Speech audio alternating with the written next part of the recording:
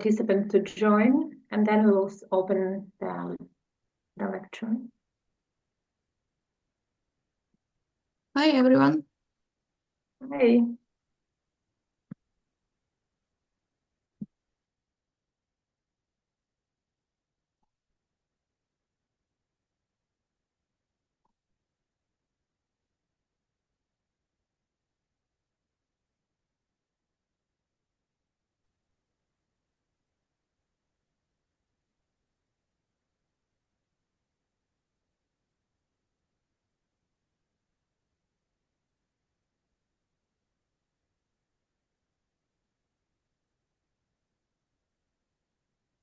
Juliana, just let me know when you accepted all the participants.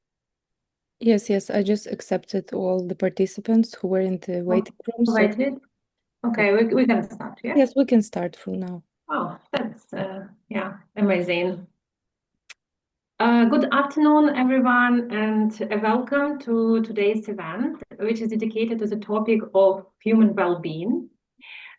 Just a quick note, the session is being recorded and the materials will be used by Social Value Ukraine for internal purposes, and just thank you for understanding. I will start with a short introduction. My name is Olena Litvinova. I'm a partner of Ruben Litvinova Social Impact Advisory, a strategic consultancy aimed to build evidence-based impact strategies, and I'm a co-founder of Social Value Ukraine. We are really pleased to have all of you with us today, and especially excited to be joined by Will Watt. Hi, Will. Will, it's a real privilege to have you here today. Will brings a wealth of experience and insight to the topic. He has been deeply involved in shaping well-being economy in the United Kingdom, from early ideas to developing practical instruments and helping bring them into real policy work. And I'm truly delighted to welcome here such a distinguished audience of policymakers, academics, researchers, civil society, and business representatives. And all of you gathered today around the topic that has been established in global practice for more than 10 years, and now is the moment to bring it to Ukraine, because it's becoming increasingly relevant in Ukraine now. I will just introduce the couple of organizational matters. We will start with a short introduction of Social Value Ukraine and first steps we have done on research on well-being in Ukraine. And after the main part, after Will's talk, we will have a Q&A session. And feel free to type all your questions in the chat during the session. We will collect them, and then we'll answer as many as possible.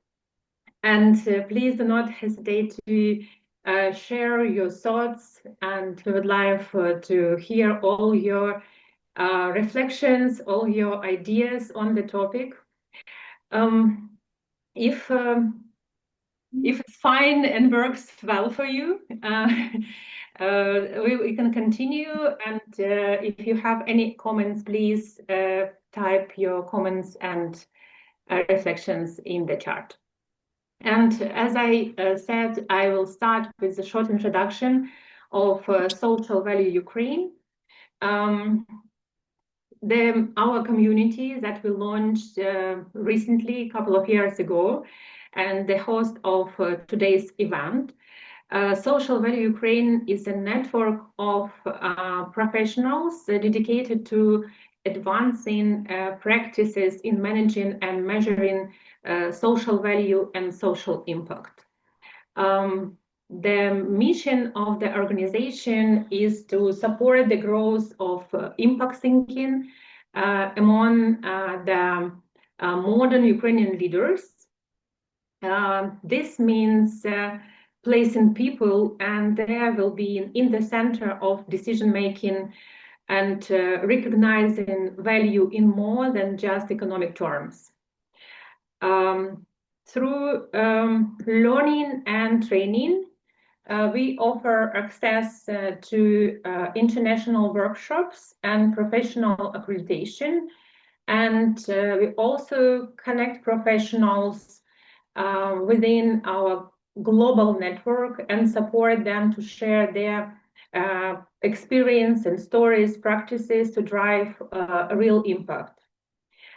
We as an organization, Social Value Ukraine, is an associate member of Global Social Value International Network, and we're excited to continue building this movement in Ukraine. And with this short introduction, I'm very pleased to hand over to Anton Grushetsky, Executive Director of Kyiv International Institute of Sociology and also co-founder of Social Value Ukraine. Anton will introduce the first steps that we have done on research of well-being of Ukrainians. So Anton, please, the floor is yours. Thank you, Olena, and I'm glad to greet everyone here. We're glad that people join this very interesting lecture, and also have a few words before this interesting lecture. First of all, why well-being economy? Actually, over the last years, this idea of well-being economy is becoming more and more popular, but what is more important, relevant for many countries across the world. And actually, more and more governments pay attention to it and actually set goals based on this idea. It's important, as Elena mentioned, that we are like, surely these economic indications like GDP, inflation, unemployment rate, they're very important. But we are missing this human side, and we want to see how people feel themselves and pay attention to more to humans. It's like to receive more human indications. So again, this well-being economy, it's like turning our faces to humans, our beloved like partners, our citizens, etc.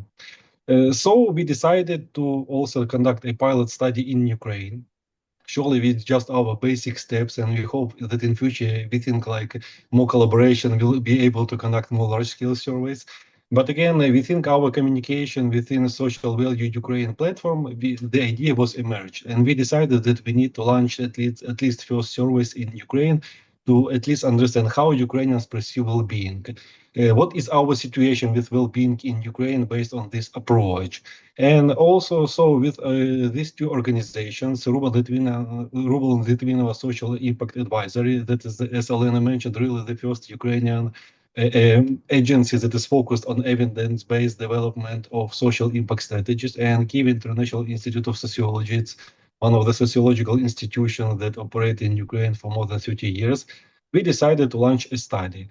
For this moment, we've already conducted two waves in 2024 in June and December. And in the first wave, first of all, we focused if this methodology really works in Ukraine. And what we saw, it really works, and we really received very useful results that could be used for future researchers and like some policy making and some ideas. The second way confirmed that we have some dynamics. Actually, situation with well-being in Ukraine is also dynamic, and it again stresses that we need to trace this dynamic. And what is more important, there are some differences between segments of population, like between males and females, people of different age. And it's very important to understand that like within our society, we have different groups, and we need to understand how different groups feel themselves regarding well-being and move within this framework.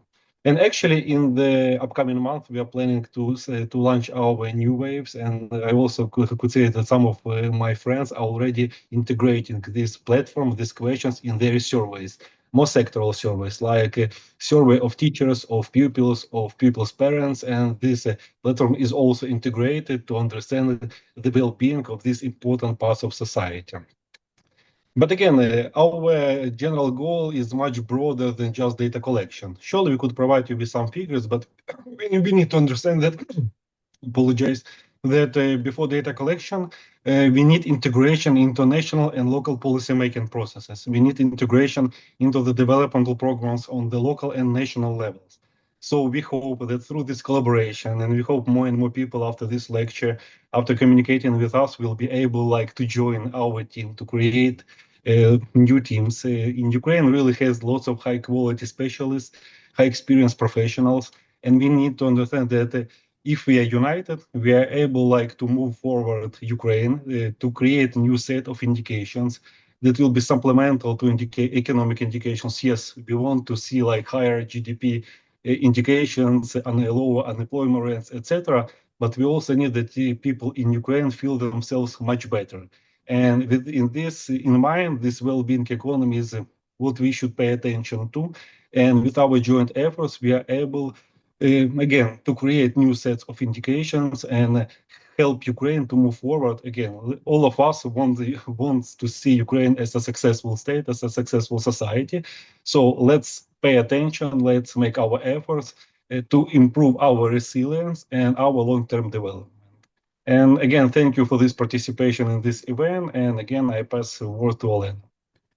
Oh, thank you, Anton, for that great overview and really deep explanation of what we have done as the first steps in Ukraine on study of well-being. And now we move to the main part of today's session, and it's my pleasure to introduce our keynote speaker, Will Ward. Will is a named advisor on the 2021 Her Majesty Treasury Supplementary Guidance on Well-being, and which has helped shape how the UK government incorporates well-being into economic decision making. He is also the founder of State of Life, an organization he launched in 2016 after leading the research on economic value of sport volunteering in collaboration with Lord Garth O'Donnell. That work becomes a case study for the What Work Centre for Wellbeing in UK. And since then, State of Life has supported a wide range of organizations from United Nations and National Citizen Service to many other organizations to help them apply well-being data to real-world impact. Will, we are really delighted to have you with us today, and I give you a floor. Thank you for accepting this lecture. Thank you. Thanks very much. I think firstly I need to apologize for doing this in English. I'm always amazed at the laziness of English speakers and how brilliant it is that you all understand English so well and speak it so brilliantly. But I'll try to now navigate the technology of Zoom and share my screen. So if this goes wrong, you're just going to have to shout at me. I'm just going to go on here. Can you tell me if you can't see everything, but you should? Is that all okay? Can you see now? Yes, yeah, it perfectly works. Lovely. I'm sorry, I've clicked on the wrong. There we go. Back to the start. Yes, I think questions at the end. You will definitely have lots of questions. I will really try to go as fast as I can and leave lots of time at the end for questions. This is a talk that really, we give this talk every year at a university in London called the London School of Economics. And they are very clever, much cleverer than me. They have been really instrumental in what we're going to talk about. And we give a talk to their students because what we do is, as Anton and Elena said, we measure this on the ground quite a lot. So we'll go through a lot of case studies and probably the principles and practice really. So I'll get started. So the big picture is that we are very lucky in the UK to not be like you and in a war and fighting and losing our lives. this economics really came out of the Second World War, where we did have to fight and we did lose lots of lives. And really the economics is based on coming out of the World War II. Britain invented what's called the National Health Service, and it adopted a lot of policies that are broadly based on what's called welfare economics, which is the well-being and the happiness and the health of the population. And really, as I think maybe as Anton was saying, it was the human element of economics became much more important at that time. And I know Ukraine, you're a terrible situation at the moment, and hopefully there's going to be peace at some point soon. And when there is, you maybe have the opportunity that we had to rebalance the economy in the way that recognizes human life and the welfare of everybody. So the big picture is this is the second picture on the right going down is a man called Bobby Kennedy. And Bobby Kennedy in the US talked about the limits of GDP, and Anton was absolutely spot on. Sorry, that's an English phrase. Anton was very correct in what he said, that GDP, this is not a case of like GDP and money being a bad thing. And I think it's really important because in this country, it's sort of almost the way this economics was introduced, it made it sound like homes and jobs were not as important as happiness. That's absolutely not true. Like the fundamentals of life, homes, peace, prosperity are really, really important. And a lot of that is what is included. It's not either or type of economics, it's both. And it's the balance between the two and how a nation measures, reports, and reflects that in its policies. And some countries are a lot better at it than others. Our country is, I'll talk through in a moment, is very good at measuring what matters, but there's a lot of other countries that are better at implementing it. I won't go that on. This is the man that is responsible for it in this country.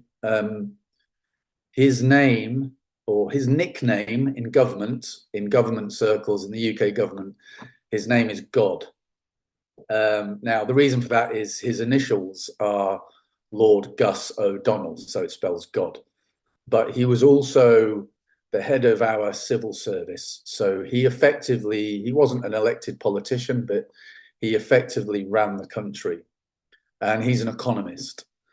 And it was Gus O'Donnell that introduced Wellbeing Economics. He saw his job in government as rebalancing the economy to reflect well-being.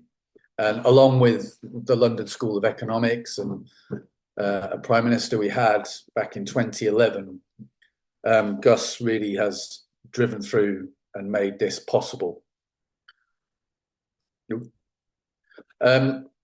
This is I think I've missed a slide, yeah. So our government publishes something, it's very oddly British, but it's called the Green Book. And the Green Book is if you are spending public money, and so money that is from the state, then you need to abide by the principles of the Green Book. And for the first time in 2020, the Treasury issued a definition of social value, which is the subject of today's talk. And social value, you'll see it highlighted in yellow, but social value is based on the principles and ideas, as I said at the start, of welfare economics. And it includes all of the costs and benefits that affect the welfare and well-being of the population, not just market effects. Market effects are the GDP. So on top of GDP, or as well as, not instead of, as well as, let's measure the impacts on welfare and the well-being of the population. And when the Treasury in the UK issues a big change to the Green Book, the sort of Bible of policy, it issues what's called supplementary guidance. And the supplementary, and this is, if you were going to read one thing from today, don't read any of our reports, don't listen to me. go and read the document on the right, the Wellbeing Supplementary Guidance. It was written by State of Life's chief economist, Alan Little, and a brilliant lady called Sarah McLennan. And it's very readable. It's quite well, it's not simple, but it gives a good history of this economics, and it really does go into the detail on, okay, if this is important, how do we do it? How should we do it? And the really innovative part of the guidance is that for the first time in the world, I think, yes, this is the first time globally, the Treasury has given an economic value to a change in well-being. And it's called a unit of economic measure, and it's called a well-being life year. And I'll explain, essentially a lot of this talk is, what is that? How do you measure it? And what works to improve it, to shift well-being. A lot of this was in Elena's introduction. We're often introduced by the much cleverer people than us as at the Coalface, so the people that measure it on the ground. We've done it all over the world. We've measured 16,000 people in African villages and their well-being, and we do a lot in the UK. But we're very much at the Coalface. That's our unique position. This is one of the key things that we have in the UK. Anton's talk explained that you'd use something called the ONS4 wellbeing measures. They are the key measures that the science of the last 60 years has developed. They're the 4 questions that determine our life satisfaction, and I'll explain what they are in a moment. But what Gus O'Donnell and others did was, we have 4 or 5 massive national surveys. So these are hundreds of thousands of people in our country are asked their life satisfaction, how they are doing, alongside what they earn, what their job is, if they're married, if they're divorced, if they have children. And we, from analysing all of these data sets, you can start to determine what are the things that make life worth living, to quote Bobby Kennedy. And this is sort of the answer. This is from analysis of our biggest data set. It's called the British Household Panel Survey, or Understanding Society. These data sets are free, they're open, and everyone can use them, which is really, really important. But as you can see, mental health and physical health is over half of your well-being. Having a partner, income is only 10%, so it's important, but it's not that important, not all the time. It is if you don't have any, but how these change for different circumstances is what we study all the time. If you were going to read a second thing from this talk, I would read the book on the left. That is from Paul Freiters and Christian Krekel. They invented the Wellbe, and that book is very, very technical, but also has a very good history, theory, and measurement of how well-being works. It's very good. This is our, I'm going to post this in the chat at the end. We actually, as a joke, we sell this on our website, but I'm going to send you all the PDF in the chat for free. This is all the things that we've learned from all those data sets and all the things that matter to a happier and healthier life in one picture. There's everything in here. There's a few things missing, but as you can see, and I just want to stress this again, this all comes from being in the UK, which is peaceful and prosperous. It's going to be very different in the Ukraine, and we know that. So I just want to sort of stress this comes for the moment from quite a lucky position on our side. So Elena said that one thing that may be very interesting is major infrastructure projects. So big things that we work on. And we've worked on 2 projects on social value. One was a huge sewer in London that went under the river. that takes away all of our sewage. We did the social value for this, and we're also working on something called a big new nuclear power plant that's being built in Anglia called Sizewell C.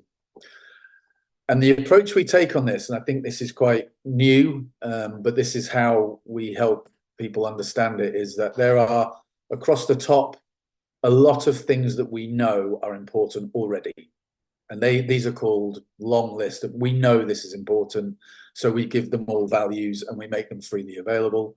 There's some things that we don't know. So there we will go more deeper and down the line and collect primary evidence, where, as you've done in Ukraine, you will collect data, you will survey, you will find out the answer. This is worth a look. This is something we've worked on for 5 years. The link, measureup.org. This is all free. And these are all the things, a lot of well-being values for different things like job satisfaction or employment or volunteering. And this is all up online and free. One of the issues we have in the UK as an advanced, maybe slightly more advanced in this area, is that a lot of people are trying to put all this information behind paywalls that you have to pay to find. We don't agree with that. Everything open and available for free, because if it's done well, then this makes society better. So we're not a charity, but we sort of behave like one, which is really stupid from a business point of view, but we think it's the right thing to do. So please do look at that. We're building it out of it all the time. But this is what we use across the top here. All of these are known values. They're all the things that are in this poster and beyond. And they're all things that are based on really good analysis of the open data sets. And I just wanted to, while talking about big and major infrastructure, this is one of our favorite bits of work, or one of mine, I think.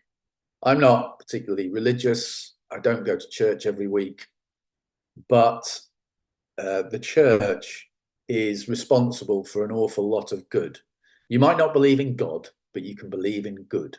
And we called our study the House of Good. And in the UK, churches are providing all sorts of support for people in need. They run food banks for people that are struggling to feed their families. They run drug and alcohol support. They run mental health support. So just in terms of infrastructure, sometimes it is, as I've just said, it's big projects, big new things. But sometimes it's looking at the value of existing infrastructure that's already there that we might be taking for granted, or maybe we're undervaluing because what they do for free, but has enormous value to society. So this is an example, I think, of, in the UK, nobody funds churches. The state doesn't fund them. It's all funded by the congregation and the people that go, but they do an awful lot of good. So this is a really big study. And I think one of the things that we do is try to make a case for investment. So this is something that we call, or the Treasury, the documents, the Green Book calls cost-benefit ratio. For every pound, or for every unit of, for £1 that you spend, how much do you get back? And that's how government decides whether to invest in something or not. And a good return, like a good return, as it says there, is £1 in and you get 3 or 4 back. With churches, you're getting 16 back. So it's very, very cost effective. What they're providing is something you definitely should invest in. And this is called social cost benefit analysis. And that's what we do, and that's what the Green Book enables. So how? I think this is the bit that we talk the students at LSE through, and hopefully is relevant. You've already done it. Anton talked through this is, but this is our sort of 3 steps on how we do it. One is you determine for any project or for any program what you think it's going to do. How is this going to help people? Is it going to make them Let's say sport, we do a lot of sport. Is it going to make them healthier? Is it going to affect their physical health and make them stronger?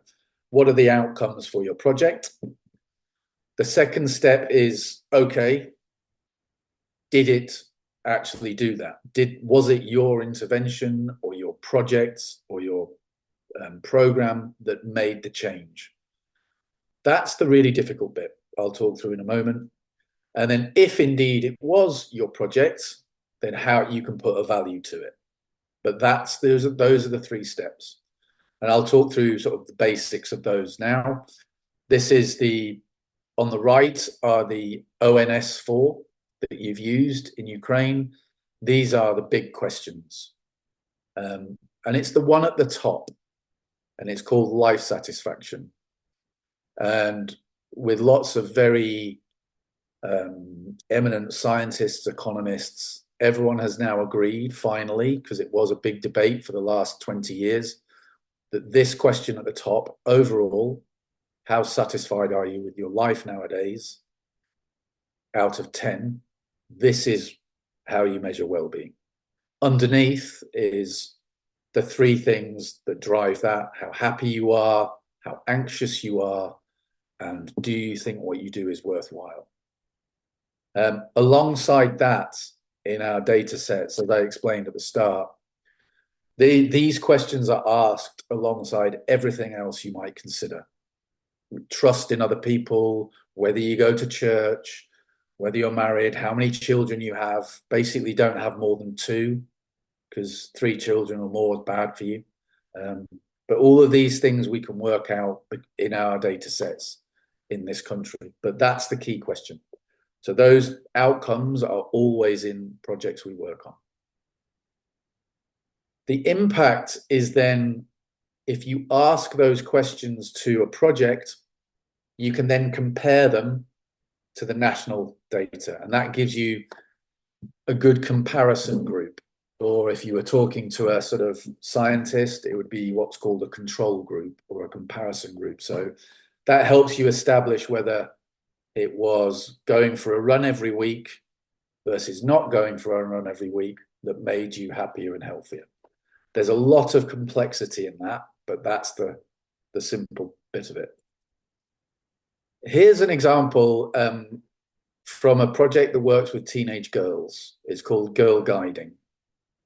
And what you can see here is this is the question, the national question on confidence. So are young girls confident? And what you can see on that graph on the left is that the blue graph is boys through the ages across the bottom, 10 to 19. And you can see that boys are really confident all the time. It's mainly because they lie, and that boys are always like, yeah, I'm good. They're not really honest. They don't tell you if they've got problems. Whereas you can see with the red graph, girls in the national data really do lose confidence between the ages of 12 to 16 for lots of reasons. But what you can see with Project A, which is Girl Guiding, is that while it doesn't make them as confident as boys, it prevents and mitigates a negative. So it's not always the graph needs to go up. Sometimes it's preventing something going down is a good outcome and a good result. And we've talked about how you value things, and I'll send you the poster. This is a fairly crucial chart, really. You'll have lots of conversations when you do this sort of work about the standard of evidence. You know, how confident can you be, going back, how confident can you be that it's Girl Guiding that is mitigating against that dip in confidence? And this is where there's quite a lot of documentation from academia and elsewhere on what standards of evidence you need. And you can see 0.3 there on the level. Can you compare to a group who haven't experienced what you're going through? So right now, comparing well-being in the Ukraine with well-being in the UK, you will see a variation, and you do in the work that Alina and Anton have done.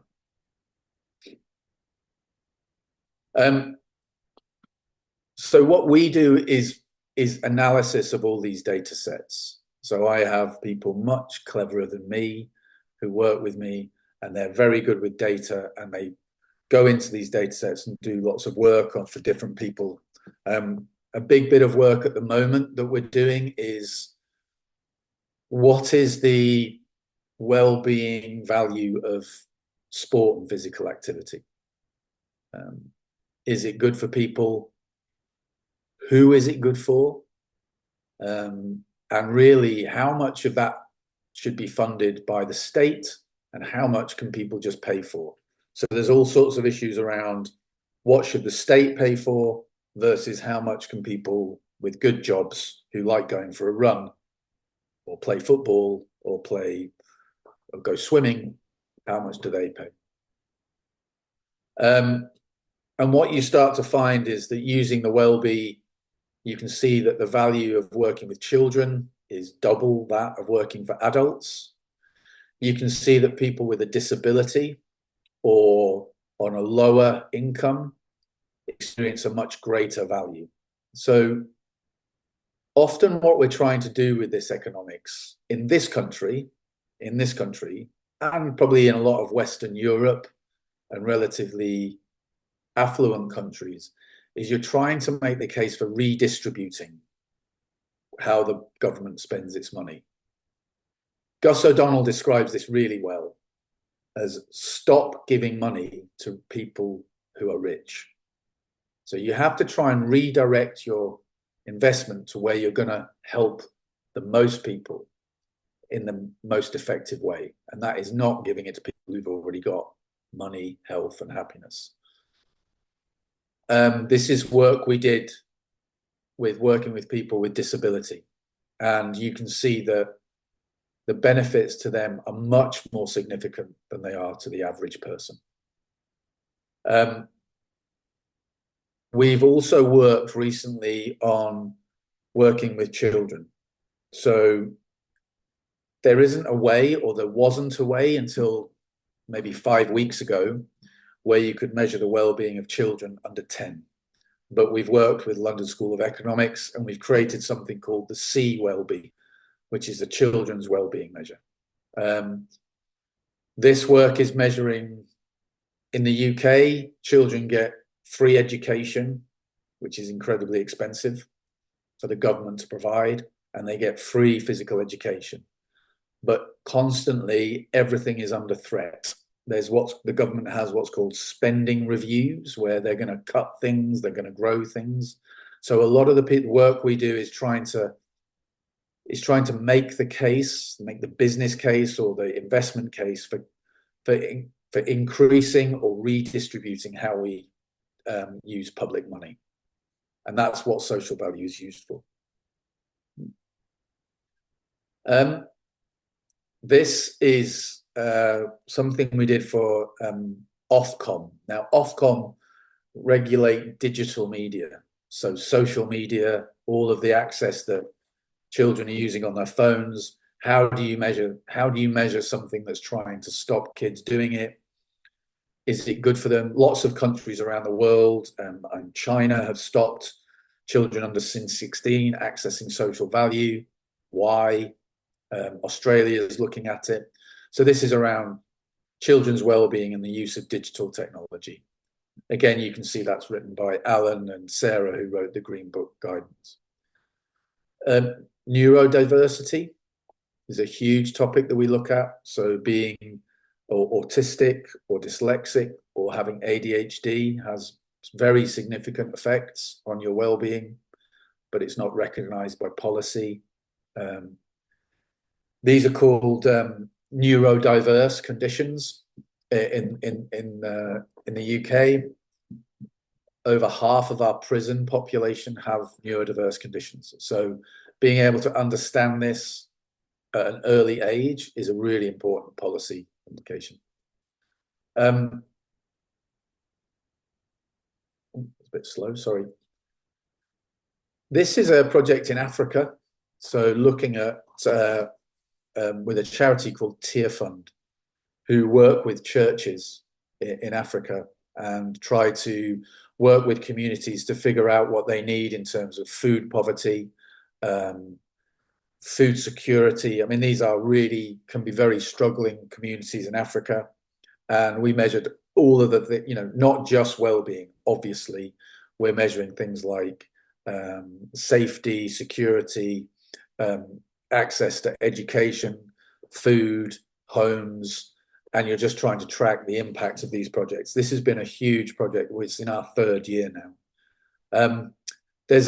I haven't put it in, but there's a report called the World Happiness Report that was out a couple of months ago, and chapter 8 is quite useful. It has lots of projects that ourselves and LSE have been involved in. I'll try and send a link after the talk. I'm going to go quicker now, just to sort of see. This is a project with providing affordable homes for people. It is a problem in the UK, housing, and that might be something that you will want to look at. But providing homes, how important that is, how what's the value of this to people? That's been quite significant. And I think I guess a bit of a final section here is that in the UK, our biggest area of spending is the National Health Service.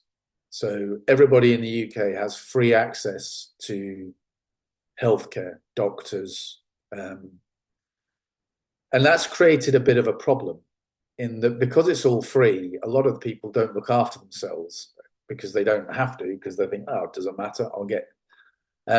So a lot of what we're trying to do at the moment is, and it's a bit of a problem in the West generally, is how do you stop people being unhealthy and being a big drain on the economy by being, let's say, overweight, smoking, drinking, just not looking after themselves? They can be an enormous cost to our economy. And by far the biggest area of expenditure is the NHS. It's £250 billion. It's crazy amount of money. Gus O'Donnell used to say that he thought his job in government was to do the NHS out of business. So reduce the burden and increase the health of the population. Really, really important. So a lot of what we do is, this is a big project working with people with disabilities. The value to their well-being is enormous, like £20,000 a year. So it's a huge benefit. This is people in leisure centres in Manchester, 3,000 people, 1,000 on a waiting list as a control group. And you're starting to see results that are increasing people from 5 out of 10 to 7 out of 10. These are huge increases in life satisfaction. So just at the bottom there, you can see that moving somebody from being unemployed to employed will lead to an increase in life satisfaction of about ½ a point. So if you can increase it by 1, it's £16,000. So this is where you start to find real things that you almost certainly want to invest in. I'll send some links afterwards to these. What we've tried to do recently, and I'm going to stop now, is turn these into automated tools for people to use. So this is something we've done on the value of football clubs. And that study I talked about at the start for churches, we've turned it into a tool where every church can go on and start reporting its social value based on what it's doing. Everything's on our website, but I hope that was quite quick and leaves enough room for questions, of which I know you'll have lots. That is probably way too complicated in some ways, but I'll hopefully try and simplify things in answering questions. Thanks very much for the time.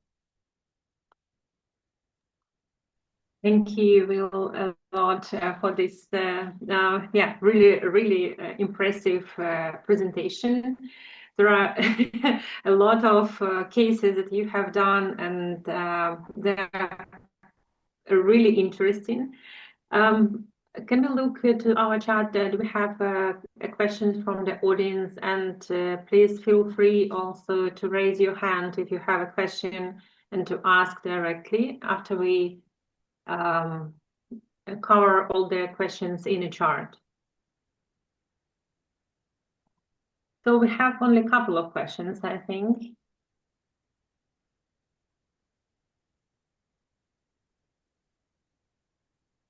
Will, can you see questions, or you prefer me? Oh, sorry, hang on. Are the cases? Sorry, I'll go for the. Shall I just try and go down from the top? Okay, okay. So are the cases related to churches publicly available? Yes. Yeah, everything that we do is published, and really importantly, when we publish things, some of the principles behind how you should do this is that it should be replicable. So anybody in the UK should be able to go and replicate your experiment. That's a sort of a bit of a principle of science and economics, really. Which data set did we use? We used Understanding Society. That's the biggest data set. It's 200,000 people. It was my question. I'm actually wondering, was it just one set of data, or you made a special surveys, you know, more deep or complicated surveys? We're really lucky, and we have lots of data. So Understanding Society is the best one for a number of reasons. It's probably the best one. But for projects, we will often use 2 or 3 to check that the finding here is replicated here and here. So we will what's called triangulate 2 or 3 data sets just to make us more confident in what we're saying. But yeah, I think it will be great to have a picture like this for Ukraine as well. But I'm not sure. Anton probably knows more, but the data is quite not so you know, not so rich as in UK in the UK. So you do have to you have to invest in the data to get the evidence to then get the policies. So there's quite a lot of work going on. A lot of countries, there's lots of different countries. I mean, as Anton was saying, lots of different countries take it more seriously than others. Lots of people measuring it. The OECD, which is the Office of Economic, gosh, I can never remember what it stands for, but they're starting to measure it and recommend it globally. Really good to make sure everyone measures the same things in the same way. So, yeah. Okay. Has any results surprised you? That's a really good question, actually. Sometimes a lot of what you see is common sense. So a lot of what you see is we've been around as humans. I mean, as Anton was saying, really as well, you're talking about human life. So we've been around thousands of years. Learned that a lot of the things that we do anyway. So I don't think anything surprises you, but what really does surprise you is not so much the result, but how ignored or taken for granted it is by government when it's dominated by GDP economics. So when a government is focused on cash, just on money, it absolutely forgets things like mental health or all of the things that are actually really important. So the surprises are not so much in what matters, because we all know what matters to us, but often governments have become, or in recent years, governments have become quite bad at recognizing it and investing in it. So that's often what's surprising. Updated government conscience, church beliefs through the power. What? Oh, yeah. And so what makes the numbers persuasible? It's, yeah, you've got to know who you're talking to and what they're interested in.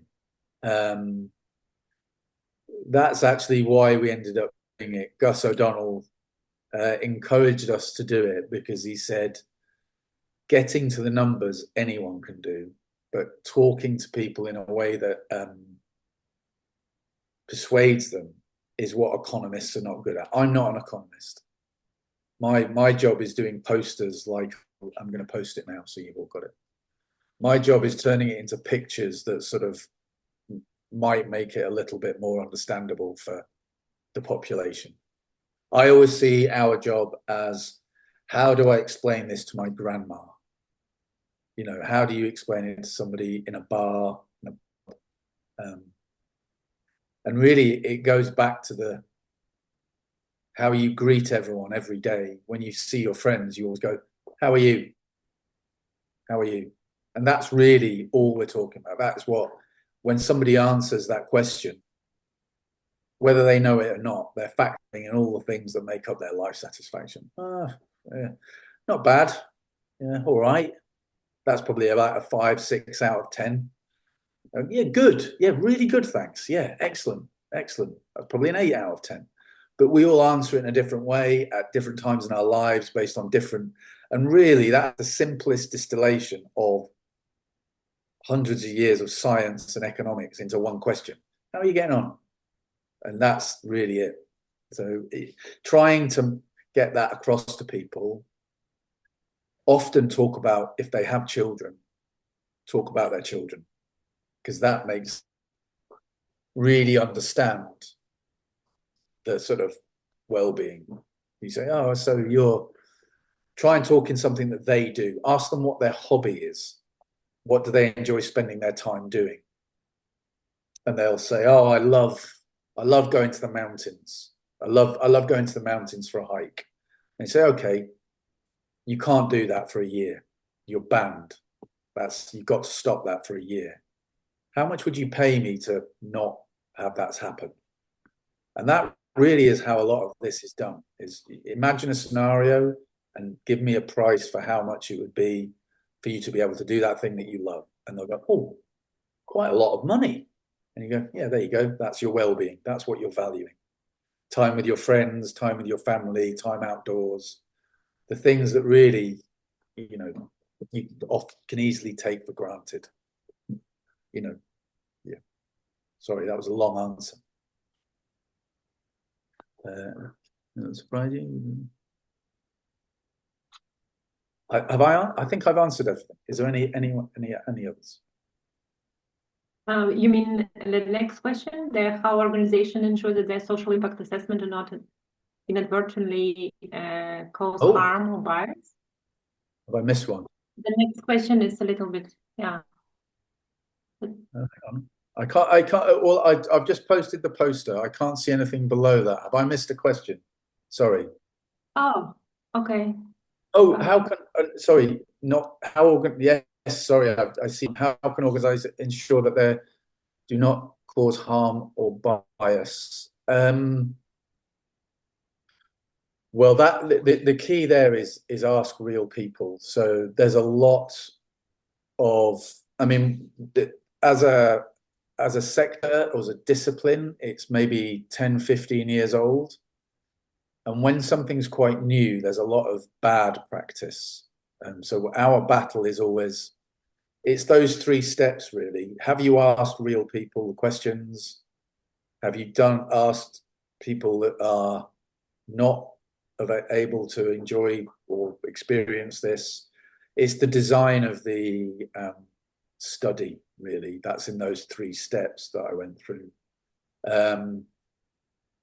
The standards of evidence and all. There's a lot that goes on where people will make very big claims for stuff that is, yeah, does have a lot of bias in it. So that's why we try to make what we do free. We try to make it really clear, and you can always read how we've done it, because that helps educate everyone how to not do something that's biased. But there's still a lot of economics that's very, very biased. So yeah, good practice is the answer to that one. Which is why we do all the training that we do. I mean, I think with I think Elena, you're members of Social Value International, and we're talking to Ben, who runs that, about those 3 steps and answering that question with training for everybody and Measure Up. I'll just post you a link to Measure Up, and making a lot of the tools available for free so that people can start to use them and benefit from the work in the UK.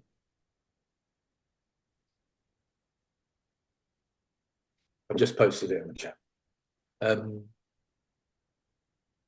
What will incentivize it? Yes, well, I shared 2 more questions which you didn't answer, so you can find it in the chat. 2 last questions. Oh, yeah. Yeah, the first one is big. So really, if it wasn't for somebody like Gus O'Donnell at the top of government saying that this was really important, working with the best people and putting the things in place, it wouldn't start. So you do need somebody who understands it at the top and has the right motivations to make it really, because then you start having a demand for evidence. And that's what we see in the UK now. It's like, okay, what's the evidence for this? Because otherwise you have, which you're experiencing, right? You have unaccountable politicians who do whatever they want with no evidence. Doesn't matter. I'm just going to do this because I'm in control. And so trying to have a sort of a democracy and an accountability of why you're doing something and what the evidence is for it starts to become important. So public policies is vital, really. Yeah.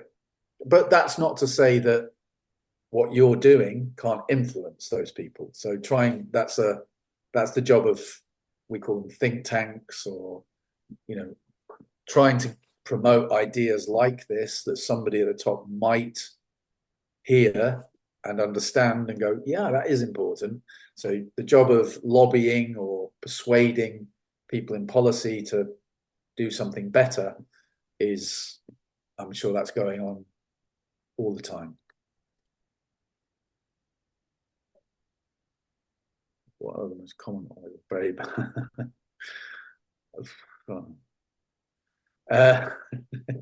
Common mistakes or very bad practice. There was a slide I glossed over.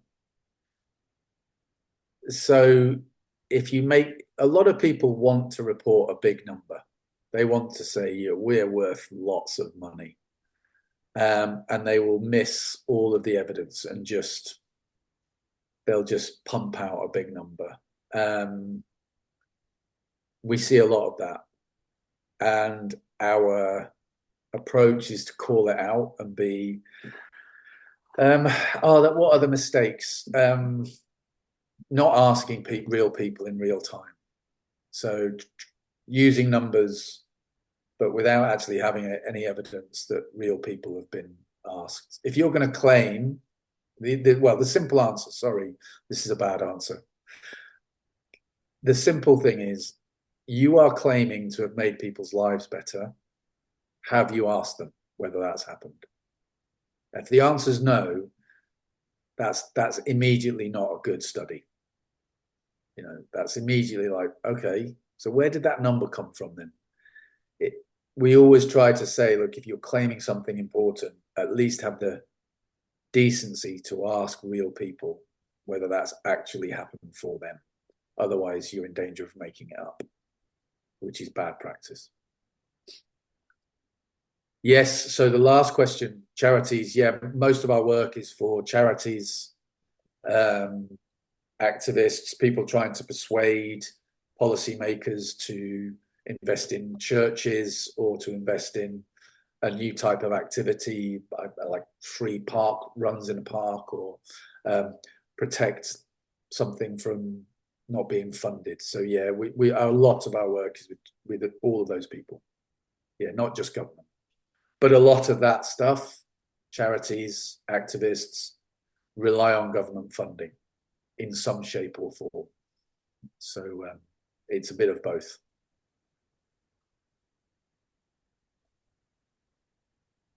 May I ask one more question?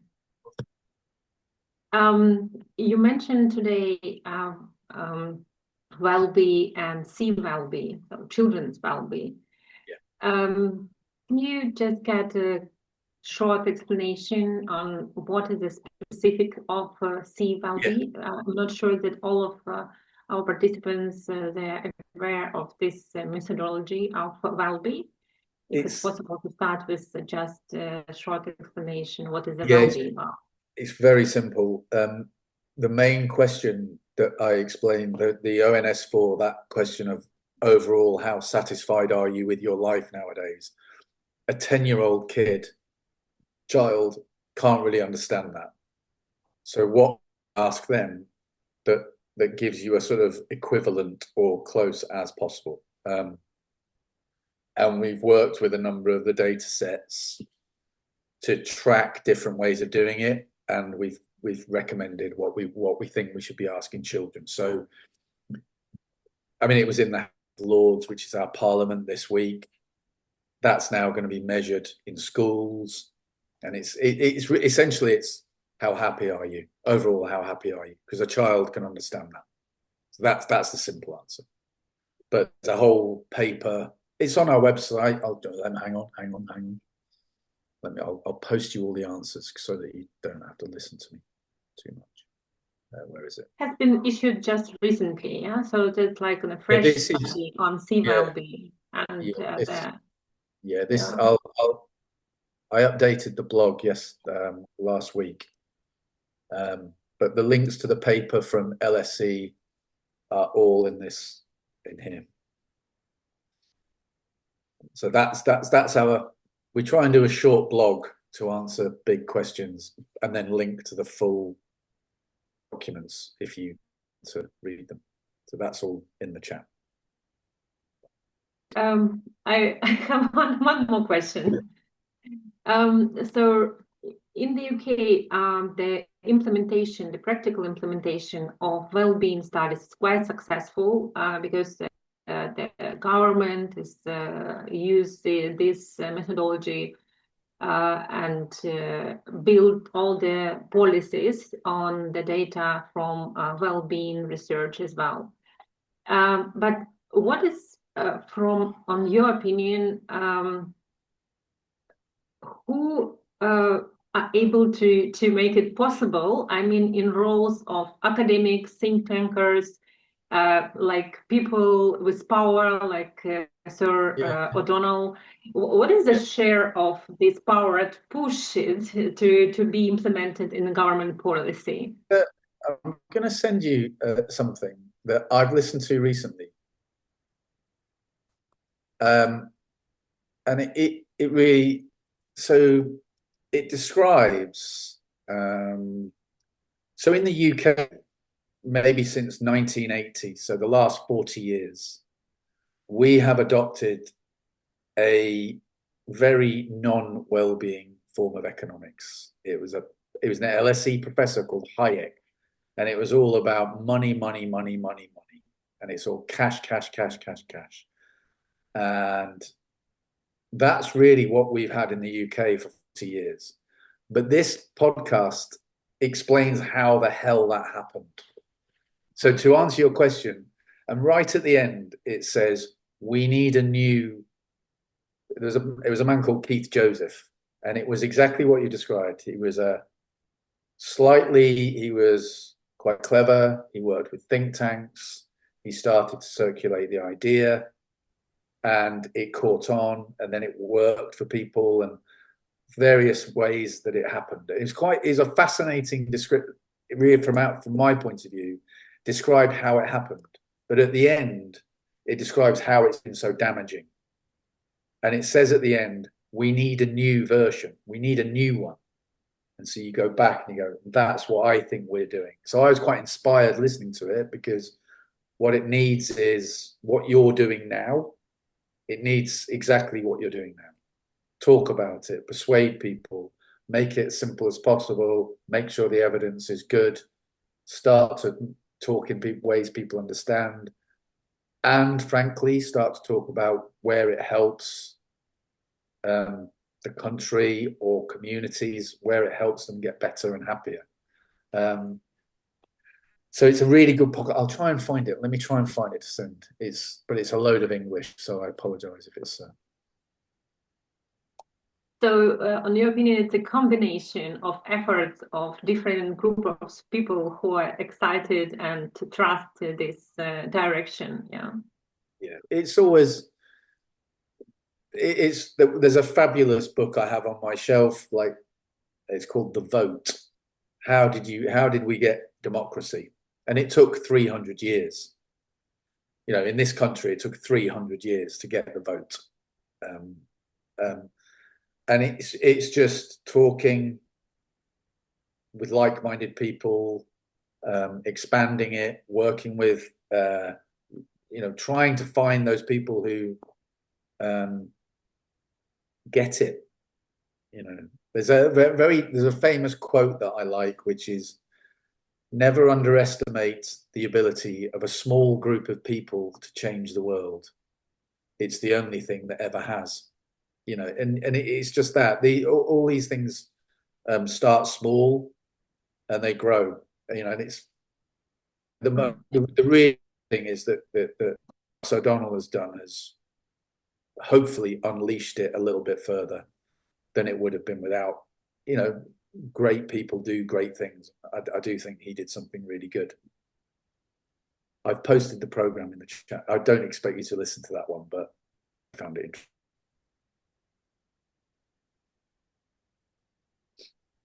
The man that started the economics of Hayek was nicknamed a mad monk. We need a new mad monk, is what he concludes. I see.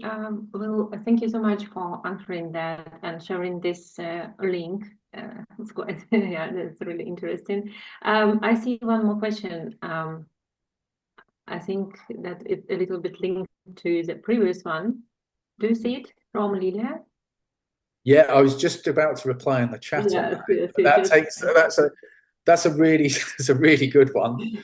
Horrible question. There's a phrase, measures to manage. So if you imagine, you can't really manage or talk about anything until you've measured it. So getting started with something, I would perhaps look at what's out there and say, okay, we're going to do something that, and you've done it. You know what Anton and Elena are doing. Like, okay, what is the impact of what's going on in Ukraine on the well-being of the population? And it shows how resilient you are as a population. So you just have to start, really.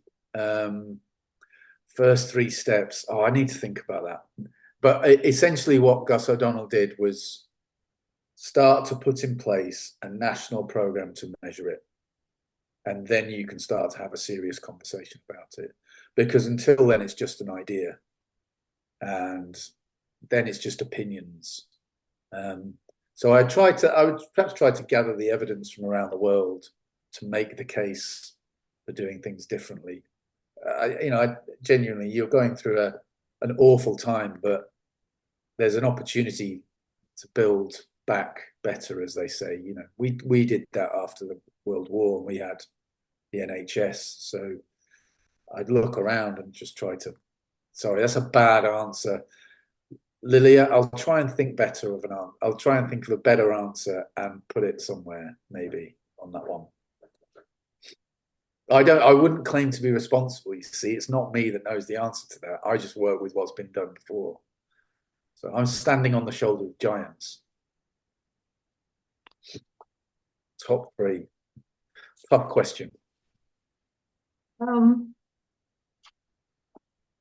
I just would like to ask if someone maybe would like to ask a question directly, or we covered all the questions today and can finish Q&A session. Is it fine for you? Yeah. So, well, Lilia want to say something? Yeah, please, Lilia. Yes, thank you. Sorry, Mr. Watt, for maybe difficult questions, but you know, for us, and as you mentioned, in such situation, we really need to make this quantum leap. That's why we have we have these questions very often, and of course, first of all, we are asking ourselves how to make faster, how to make better, or what kind of lessons we could learn from our partners, because definitely without this international support, we are not able to move forward and to make these leaps. So, but anyway, thank you so much for sharing this knowledge and sharing links with us. It's really useful. And again, thank you so much for your support. No, pleasure. Yeah, you're doing it. You're doing it. I honestly, today with Elena, thank you very much. You are any ability there is to. I can't remember who I was talking to, but there was a conference in Oxford, and Gus O'Donnell was responsible for it, but it brought everyone together from around the world to talk about it. So it is sometimes you need to do that, just bring people together to learn from others. But there's lots to learn. I was meant to be in Copenhagen last week, talking to the Danish people that do what we do. There's a social value bank there, and so yeah, sharing knowledge. They're using the Wellbeing, so there's lots of people doing it, and it's just a question about finding it. The answer to your question is something that we really want to do more of, which is this: talk to people globally, because there's lots to learn, and it's definitely the way to make the world fairer from an economic point of view. It's definitely the way to do it, I think. Thank you very much for listening. Sorry it's all in English, and it's great that it is in English, and we are so happy, Will, that you agreed to provide this and offer this talk to us. It's really, really important to learn all your experience, and to ask your questions directly. It means a lot for us. And I would like just to say that we are to stay connected, and we encourage all of participants to sign up on our platforms and just download the recent research that we have done on well-being. Read it, ask questions, and if you wish to discuss it, or any ideas how to promote this concept in Ukraine, we are always open for these conversations. So we look forward to see all of you in future, and I'm sure that it's not the last conversation with Will in our life, so we'll keep in touch, and probably we'll find new ideas for new lectures and new content that you can share as well, and to learn from you. Yeah, we're talking to LSE and Social Value International about teaming up on training and things like that. That's I've just posted all of our free resources. We try our best to make it all, so there's a step-by-step guide in how to do things, and that's all on our website. But yeah, well, thanks very much. Thank you. Yeah, we will share all the resources and collect them and share with all participants of this lecture today. Thank you so much, Will, for your time and support. Thank you. Bye. Bye. Thank you. So goodbye, all of participants. And keep in touch. Bye to everyone. Thank you. Bye. Thank you. Thank you. Bye. Bye.